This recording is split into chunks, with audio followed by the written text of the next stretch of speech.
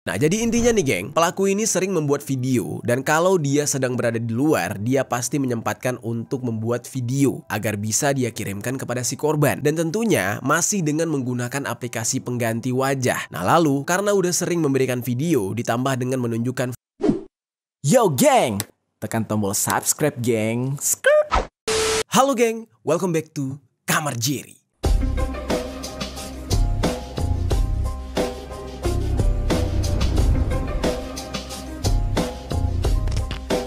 Geng. Oke, mungkin kalian ketika baca judul dan juga thumbnailnya bakal sedikit bingung. Ini apa sih yang dimaksud dengan love scam? Kalau diartikan berarti penipuan cinta. Dan kenapa fenomena love scam ini sendiri harus kita bahas di Kamar Jerry? Nah, ini semua karena pembahasan tentang love scam ini cukup menarik karena berhubungan dengan kejahatan cyber. Loh, kok bisa? Apa hubungannya kasus percintaan dengan kejahatan cyber? Padahal yang biasanya berhubungan dengan kejahatan cyber itu kan ada penipuan online, terus hacker, atau segala macam lah yang berhubungan dengan jaringan komputer. Lalu tiba-tiba ada istilah love scam. Apa itu love scam? Dan mengapa disebut dengan love scam? Nah, ternyata love scam ini adalah istilah untuk sebuah kasus penipuan online yang dilakukan oleh seseorang dengan memanfaatkan perasaan si lawan jenis. Dan kasus love scam yang akan kita bahas kali ini itu bukan kasus yang biasa dan gue yakin banget kalian tuh bakal terbingung-bingung karena kasus ini dilakukan oleh si pelaku dari dalam penjara dan bahkan kasus ini punya sindikatnya geng. Nah, bagaimana cara para pelaku ini bisa melakukan hal tersebut? Langsung aja kita bahas secara lengkap di Permisi, peristiwa misteri dari berbagai sisi.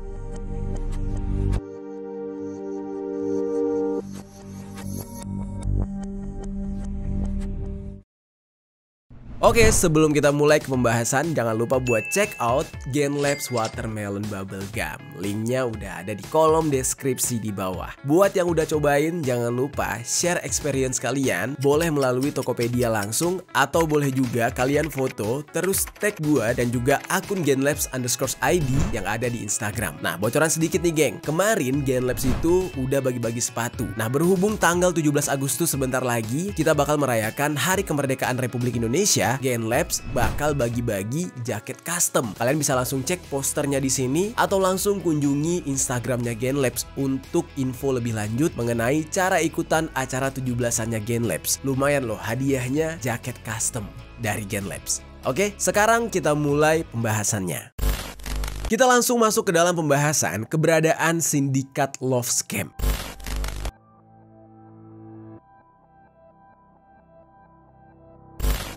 Nah, sebenarnya geng, pembahasan tentang love scam ini bukan sebuah hal yang baru. Tapi entah kenapa gitu ya, nggak terlalu viral sehingga banyak orang yang nggak tahu mengenai keberadaan isu ini. Nah, semoga dengan kita bahas tentang isu love scam ini, kalian bisa terhindar dari aksi penipuan kayak gini geng. Jadi geng, semuanya itu berawal dari sebuah akun X yang mengangkat kasus ini, yaitu dari akun Partai Sosmed. Akun tersebut membuat sebuah tweet yang khusus membahas mengenai love bombing. Nah, di awal tweet tersebut, Partai Sosmed ini memposting sebuah video yang memperlihatkan salah satu pelaku dari love scam yang sedang merekam untuk menipu korbannya. Di dalam video tersebut, si pelaku ini menggunakan aplikasi dengan fitur yang bisa mengganti wajahnya sehingga korban itu nggak akan tahu wajah asli dari si pelaku. Nah, untuk bisa lebih meyakinkan si korbannya atau si targetnya, si pelaku bakal memberikan video di mana pelaku itu bakal menunjukkan fotonya yang ada KTP-nya geng. Yang fotonya itu menunjukkan wajah yang sama dengan apa yang dilihat oleh korban di video-video yang dikirim oleh pelaku. Jadi kayak bikin yakin gitu, bikin testi. Karena setiap dia membuat video menggunakan aplikasi pengganti wajah, itu artinya KTP yang dia videokan dan dia berikan kepada korban itu adalah KTP palsu. Nah, nanti di belakang gua bakal jelaskan lebih detailnya kayak gimana, bagaimana cara dia bisa mengganti wajahnya tersebut. Sekarang kita fokus dulu sama pembahasan tweetnya. Nah, jadi intinya nih geng, pelaku ini sering membuat video dan kalau dia sedang berada di luar, sadar dia pasti menyempatkan untuk membuat video agar bisa dia kirimkan kepada si korban. Dan tentunya masih dengan menggunakan aplikasi pengganti wajah. Nah lalu karena udah sering memberikan video ditambah dengan menunjukkan foto yang ada di KTP dan ternyata sesuai dengan wajah yang selama ini si korban lihat, pastinya si korban bakal sangat percaya.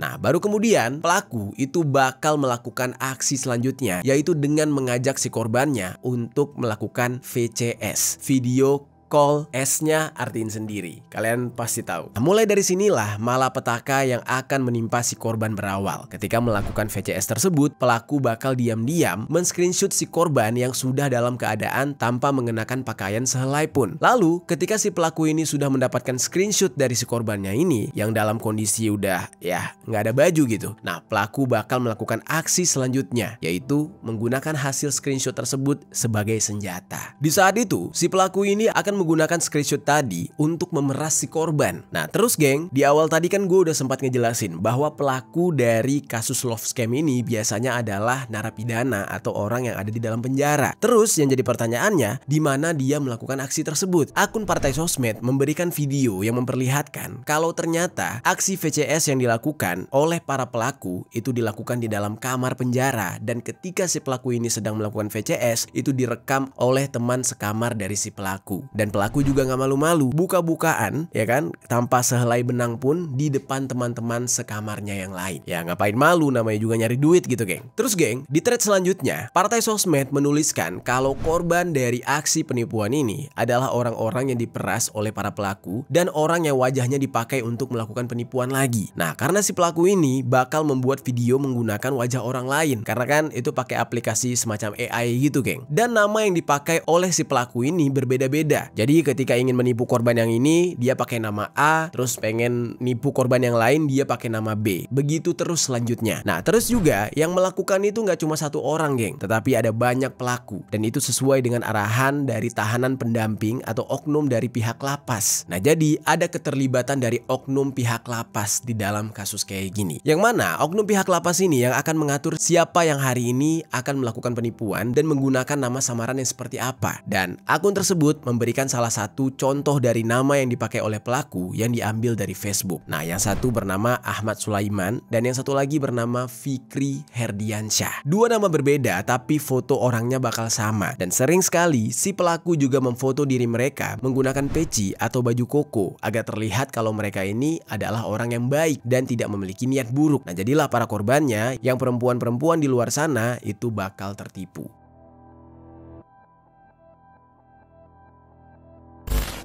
Hasil dari penipuan dan juga pemerasan dari transaksi ini nominalnya sangat besar ternyata. Bahkan akun Partai Sosmed mengatakan kalau uang yang dihasilkan itu bisa berjumlah miliaran rupiah. Bahkan itu untuk waktu ya beberapa minggu. Nah lalu uang sebanyak itu bakal diapakan? Jadi ceritanya nantinya uang tersebut akan dibagi-bagikan untuk para napi yang melancarkan aksi tersebut. Dan juga dibagikan kepada napi pendamping, para sipir, keamanan, dan diteruskan lagi sampai ke para oknum yang terlibat tetapi berada di luar lapas. Partai Sosmed juga memiliki 4 screenshot yang memperlihatkan aliran uang yang mereka dapatkan dari hasil love scam. Jadi dikatakan satu korban aja mereka itu bisa mendapatkan ratusan ribu atau bahkan sampai miliaran rupiah. Dan screenshot tersebut hanya berasal dari satu korban aja geng yang memberikan uang kepada si pelaku. Ada 13 juta, ada 19 juta, dan juga ada sebanyak 50 juta sebanyak 2 kali. Bisa kebayang tuh geng ya, untungnya banyak banget. Dan kalau kita totalin berarti ya sudah mendapatkan uang kurang lebih sebanyak 132 juta, dan itu semua ditransfer ke orang yang sama, yaitu yang bernama Bahrum Al-Hamid.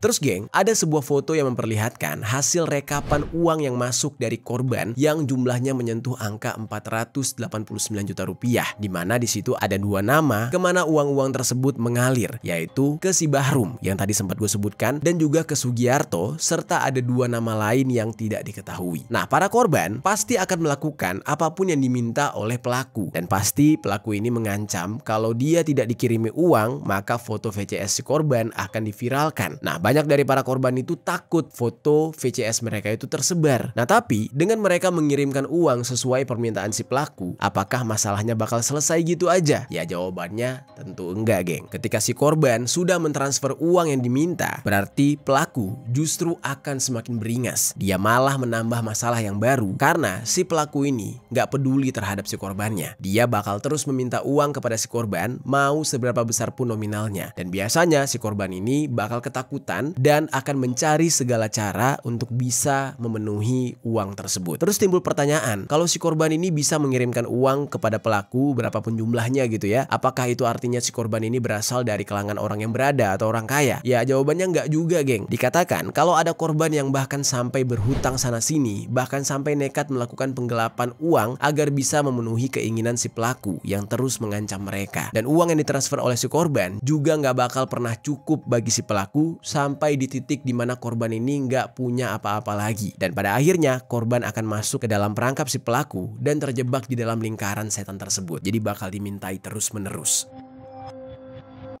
Nah lalu geng, akun partai sosmed juga mengatakan kalau kita nggak bisa langsung menghakimi si korban yang mau menuruti kemauan si pelaku. Ya walaupun ya sedari awal sebenarnya korban ini salah gitu. Kok mau-maunya gitu ya VCS-VCS-an. Dan memang dikatakan para korban ini bisa percaya dengan bujuk rayu si pelaku itu karena para pelaku ini adalah orang-orang yang profesional yang mampu mendekati para korbannya walaupun harus menunggu beberapa waktu. Jadi nggak sebentar lah mereka PDKT-nya, geng. Bener-bener sabar gitu sampai akhirnya mereka bisa menjebak para korbannya. Nah lalu akan timbul pertanyaan, siapakah orang-orang yang menjadi target dari para pelaku ini? Nah dikatakan nih ya, biasanya mereka itu bakal menargetkan para perempuan yang bekerja sebagai TKW di luar negeri. Lalu para perempuan-perempuan yang masuk ke dalam grup pencari jodoh. Ya itu kan menandakan kalau si perempuan tersebut ya udah hopeless gitu, geng. Udah pengen banget punya pasangan. Atau juga bisa perempuan yang sering curhat mengenai pasangannya di sosmed seperti X atau Facebook. Nah ini hati-hati buat kalian nih yang sering update-update kisah sedih tentang pasangan. Nah ini si para love scam ini bisa masuk ke dalam hidup kalian kalau kalian orangnya terlalu terbuka gitu. Nah namun geng, dikatakan sebenarnya para pelaku ini memiliki sasaran yang empuk, yaitu dengan mendekati istri para pejabat atau orang kaya yang suaminya itu nggak begitu ganteng atau justru suaminya itu terlalu sibuk. Nah karena para korban-korban ini memang mencari seseorang yang bisa memenuhi keinginan mereka sesuai dengan ya hasrat mereka lah. Dan itulah si pelaku yang tadi udah pakai teknologi AI mengganti wajah mereka dan terlihat ganteng, yang mana hal tersebut membuat para perempuan-perempuan istri orang kaya ini jadi tertarik. Nah kalau ada korbannya yang suka curhat, maka pelaku akan menjadi laki-laki yang rajin mendengar setiap cerita atau curhatan dari si korban, dan dia terus melakukan itu sampai si korban merasa bergantung dengan pelaku, yang membuat korban akan merasa kehilangan kalau nggak komunikasi dengan pelaku. Kalau misalkan ada perempuan yang suka dengan laki-laki yang berseragam, yang dimaksudnya tuh misalkan kayak anggota polisi atau tentara gitu ya, maka pelaku bakal menyesuaikan dengan berpura-pura menjadi laki-laki idaman dari si perempuan tersebut, lengkap dengan kartu anggota yang bisa meyakinkan si korban kalau pelaku memang adalah seorang aparat, yang mana semua hal tersebut, aksesoris-aksesorisnya itu difasilitasi oleh oknum-oknum yang ada di lapas atau di penjara.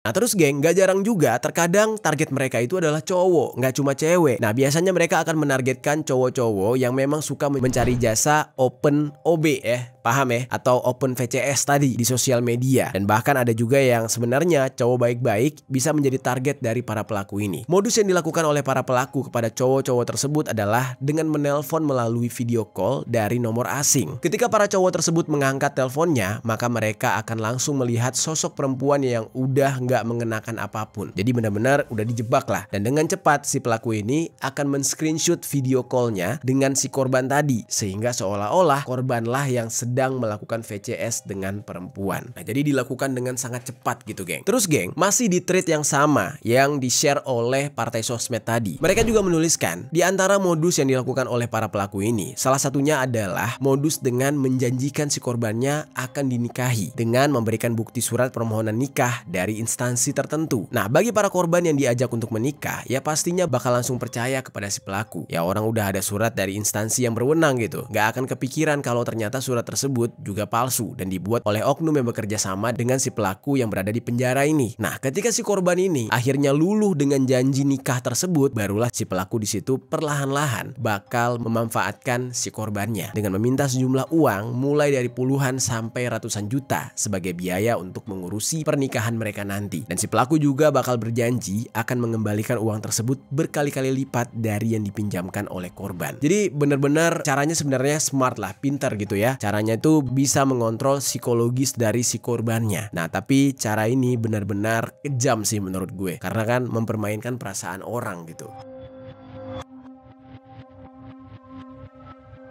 Lalu geng, di beberapa kasus yang lain dikatakan ada juga kasus di mana si pelaku ini berpura-pura menjadi karyawan dari perusahaan tertentu. Salah satunya misalnya nih Pertamina gitu. Yang kemudian si pelaku ini akan berusaha meyakinkan kalau dia memang bekerja di perusahaan minyak tersebut dengan memberikan foto dan video ketika dia sedang bekerja di laut lepas. Jadi kan biasanya pekerja minyak, Pertamina atau tambang minyak, ya itu kan bakal di tengah-tengah laut tuh geng, di atas kapal. Entah dari mana si para pelaku ini bisa mendapatkan video-video kayak gitu. Dan nantinya si pelaku ini bakal minta kepada si korban untuk mentransferkan dia sejumlah uang yang jumlahnya ratusan juta karena beralasan gajinya itu masih ditahan oleh perusahaan. Ya otomatis si perempuan itu bakal percaya karena kan ya minjamin 100 juta sama pegawai Pertamina, ya kayaknya nggak kerasa deh, ya kan, pinjamin aja ntar juga diganti gitu. Toh dia pegawai Pertamina gitu kan. Di saat itu agar tidak dicurigai sebagai penipuan, pelaku bakal memberikan nomor yang dia klaim sebagai atasannya, yang sebenarnya nomor tersebut adalah nomor dari teman sesama oknum atau ya paling penipu juga gitu, yang biasanya itu adalah berasal dari penjara juga. Cara tersebut ternyata benar-benar berhasil dan banyak sekali orang-orang yang tertipu dengan langkah-langkah tersebut. Nah, gimana geng menurut kalian sampai sejauh ini tentang pembahasan ini? Menurut kalian apakah memang orang-orang yang menjadi korban atau terjebak di dalam kasus ini memang bodoh atau justru para narapidananya yang terlalu pintar? Coba tinggalkan komentar di bawah. Sekarang kita masuk ke dalam pembahasan love scam yang dikatakan sebagai penipuan yang terorganisir alias ada kelompok besarnya.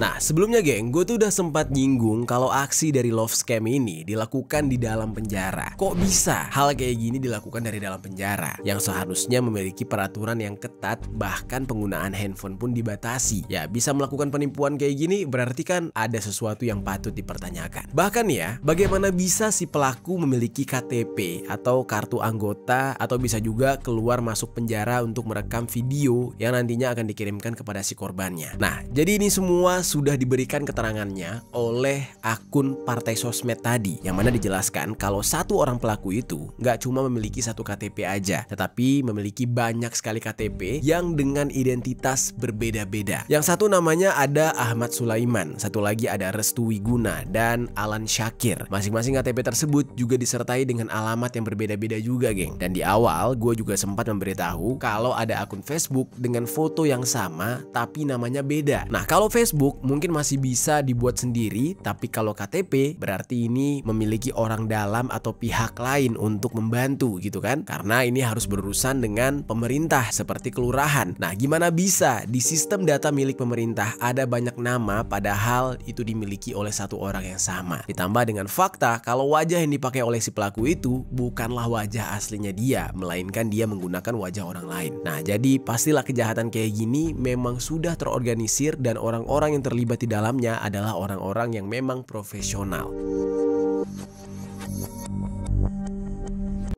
Berbicara tentang status mereka sebagai narapidana, dikatakan nih ya, mereka ini sengaja dibiarkan oleh para sipir di sana karena memang mereka diajarkan bahkan sampai difasilitasi oleh para oknum lapas untuk menjadi pekerja. Jadi sampai ada istilah yaitu BUMP, yaitu Badan Usaha Milik Penjara katanya. Partai sosmed juga menjelaskan kalau kebutuhan di dalam lapas itu sangat mahal dibandingkan kalau kita beli di luar seperti warung-warung. Yang mahal di sana bukan hanya makanan aja geng, tetapi juga harga kamarnya kayak sewa kos kos-kosan gitu, dan kebutuhan lainnya harus dibayar mahal. Jadi pilihannya cuma ada dua. Napi yang ada di sana meminta uang dari keluarga mereka agar bisa memenuhi kebutuhan mereka selama di penjara, atau justru mereka ikut bergabung dengan oknum lain agar bisa mencari uang dari dalam lapas. Nah, bagi mereka yang berasal dari keluarga yang kaya yang mungkin gampang gitu. Kalau yang kurang mampu mau kayak gimana? Lalu apa aja nih yang dilakukan oleh BUMP ini, Badan Usaha Milik Penjara? Ya tentunya kegiatan-kegiatan yang berhubungan dengan tindak kejahatan, melakukan penipuan, pemerasan seperti love scam tadi, jualan narkoba dan lain-lain. Dan ini udah menjadi rahasia umum gitu, geng. Lalu ketika seorang napi sudah memutuskan untuk bergabung dengan BUMP, mereka akan dilatih oleh tahanan pendamping atau biasa disingkat dengan tamping. Dan untuk kasus love scam sendiri, mereka akan diajarkan untuk mencari korban, melakukan profiling, teknik-teknik untuk mendekati korban agar percaya kepada mereka sampai membuat si korban ini bergantung kepada mereka. Dan berujunglah nantinya korban itu bakal jatuh cinta dan percaya sehingga bersedia untuk memberikan foto yang tidak senonoh atau melakukan VCS.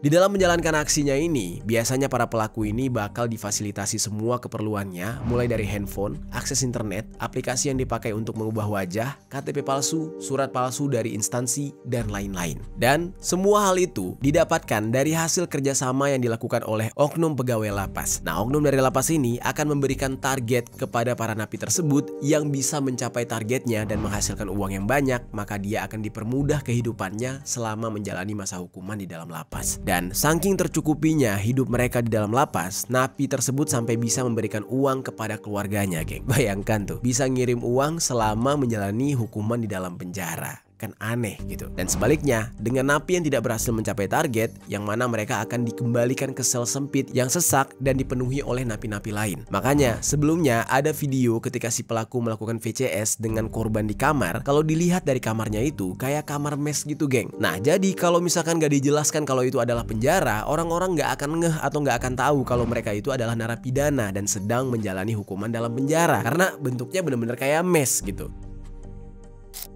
Lalu dikatakan juga, bisnis seperti ini jauh lebih menguntungkan dibanding bekerja sebagai karyawan BUMN katanya. Jadi karyawan BUMP jauh lebih banyak duitnya. Karena semua yang bekerja di sana melakukan aksi tersebut orientasinya hanya untuk mendapatkan uang. Nah, mau itu pakai cara halal atau haram, ya terobos aja. Itu urusan belakangan. Terlebih dengan segala fasilitas yang berhasil mereka dapatkan, kalau mereka ini berhasil mencapai target, siapa napi yang nggak pengen join? Karena kan hidupnya jadi enak gitu. Kalau dibandingkan nih, geng ya, banyak napi yang justru mendapatkan uang yang lebih banyak ketika masih berada di dalam penjara dibandingkan ketika mereka bebas. Karena nantinya kalau mereka udah bebas dan mau nyari pekerjaan, predikat mereka sebagai mantan narapidana itu nggak akan hilang, sehingga mereka bakal sulit mendapatkan pekerjaan. Jadinya selama di penjara mereka habis-habisan nyari uang sebanyak-banyaknya. Nah, makanya ada napi yang ketika bebas justru melakukan kejahatan lagi, geng, agar mereka bisa dipenjara sehingga bisa bergabung atau bekerja di bawah BUMP lagi. Ya, karena mereka merasa ketergantungan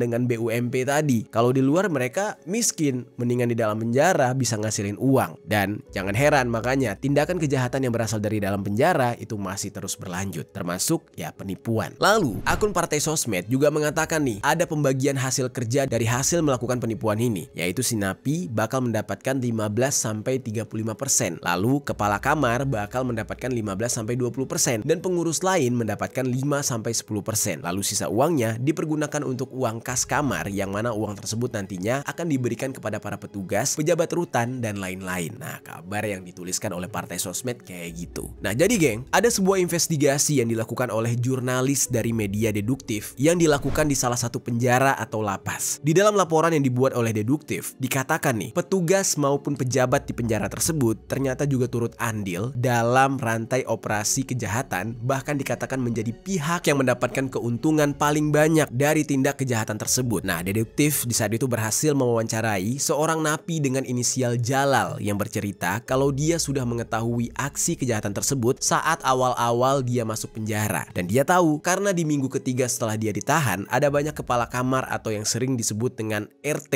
gitu ya, yang menanyakan kepada oknum penjara si napi-napi tersebut bisa apa. Lalu kemudian ditawarkan untuk masuk menjadi bagian dari sindikat love scam ini. Di tahanan tempat Jalal ditahan, dia ini menyebutkan ada 2 tempat yang bisa dipakai untuk mencetak dokumen-dokumen palsu, yaitu di kantor depan dan perpustakaan. Kalau ada petugas penjara yang mengetahui kalau napi itu sedang mencetak dokumen palsu, ya dibiarin aja. Itu udah menjadi hal lumrah di sana. Bahkan, oknum petugas penjara akan membantu kalau ada dokumen yang tidak bisa dicetak di dalam penjara dengan mencetaknya di luar, katanya. Nah, lalu selain Jalal, ada lagi napi lain yang berinisial Nael yang mengatakan pembagian hasil dari love scam ini 30%-nya untuk napi yang menjalankan aksi tersebut, lalu ada RT dan ada HRD. Nah, HRD ini yang bertugas untuk memberikan list korban kepada para napi yang akan melancarkan aksinya. Tuh akan mendapatkan 40% dan 30%-nya lagi untuk pejabat penjara. Nah, uang tersebut biasanya akan diberikan pada hari Sabtu atau Minggu. Dan selain 3 aktor yang gue sebutkan tadi, ada satu lagi yang berhubungan langsung dengan para petugas atau pejabat penjara yang dijuluki sebagai Korve. Si Korve ini bakal berkeliling ke setiap kamar untuk menagih setoran yang nantinya akan diberikan kepada pejabat penjara atau lapas. Lalu, di luar dari jatah mingguan tersebut, dikatakan juga bakal ada jatah harian yang disetor kepada petugas penjara. Baik Jalal dan Nael itu nggak tahu secara pasti berapa uang yang disetorkan kepada pejabat penjara. Tapi kalau berdasarkan keterangan dari mereka, dalam waktu seminggu aja mereka bisa menghasilkan puluhan sampai ratusan juta rupiah dari hasil penipuan love scam ini. Nah, itu artinya jumlah yang diberikan kepada pejabat penjara itu juga sangat besar. Selain diberikan dalam bentuk uang tunai, ada juga pejabat penjara yang meminta agar uang tersebut dipakai untuk membangun fasilitas penjara. Tapi ada juga pejabat penjara yang menolak uang jatah tersebut. Jadi nggak semuanya pejabat penjara mau terima uang hasil ya penipuan itu. Jurnalis dari Deduktif pada tanggal 1 Juli tahun 2024 ternyata pernah berupaya untuk meminta konfirmasi mengenai kebenaran dari cerita Nael dan Jalal dengan mendatangi penjara di mana mereka ditahan. Dan di saat itu, pihak penjara kemudian berjanji akan menginformasikan permintaan wawancara dalam waktu 2-3 hari ke depan. Hanya saja nih ya, udah lewat dari tanggal 5 Juli tahun 2024, ternyata nggak ada kabar lebih lanjut dari pihak penjara. Dan pihak dari Deduktif juga sudah mengirim email permintaan wawancara kepada pihak humas penjara dan email resmi ke penjara tersebut pada tanggal 6 Juli tahun 2024. Tapi sampai laporan Deduktif tersebut tayang, pihak dari penjara itu masih belum memberikan jawaban apapun. Nah, kemudian pihak Deduktif mencoba untuk menghubungi Direktorat Jenderal Permasyarakatan atau yang disingkat dengan Ditjenpas milik Kemenkumham pada tanggal 15 Juli tahun 2024 melalui telepon. Nah, tapi pihak Ditjenpas menolak untuk memberikan penjelasan dan menghimbau untuk langsung mengirimkan email dan WhatsApp milik Ditjenpas mengenai penemuan yang Deduktif temukan itu. Nah, sampai gue syuting ini nih geng, masih belum ada update terbaru mengenai hal tersebut. Apakah pihak dari penjara udah melakukan klarifikasi atau belum? Ya, kalau gue rasa sih pasti bakal diam terus sih, ya kan? Soalnya ini kan bongkar-bongkaran dan pasti bakal banyak kepentingan di sana. Nah, itu dia geng, pembahasan kita hari ini mengenai sindikat love scam yang dijalankan dari dalam penjara. Topik ini membuka mata kita kalau sebenarnya kejahatan itu tidak mengenal orang dan tidak mengenal tempat. Bahkan di tempat yang seharusnya menjadi wadah agar para pelaku kejahatan bisa berubah menjadi lebih baik, namun kenyataannya di sana juga menjadi sarang dari kejahatan. Dan bahkan kabarnya dibantu oleh pihak keamanan lapas atau penjara itu sendiri. Nah, gimana menurut kalian geng tentang pembahasan kali ini, yang mana semua informasinya ini tertera jelas ada di akun X-nya Partai Sosmed. Kalau kalian mau lihat bisa langsung ke akun X-nya gitu ya. Karena keterangan ini atau penjelasan ini tidak berasal dari gue pribadi, tapi melainkan apa yang gue baca dari akun X tersebut.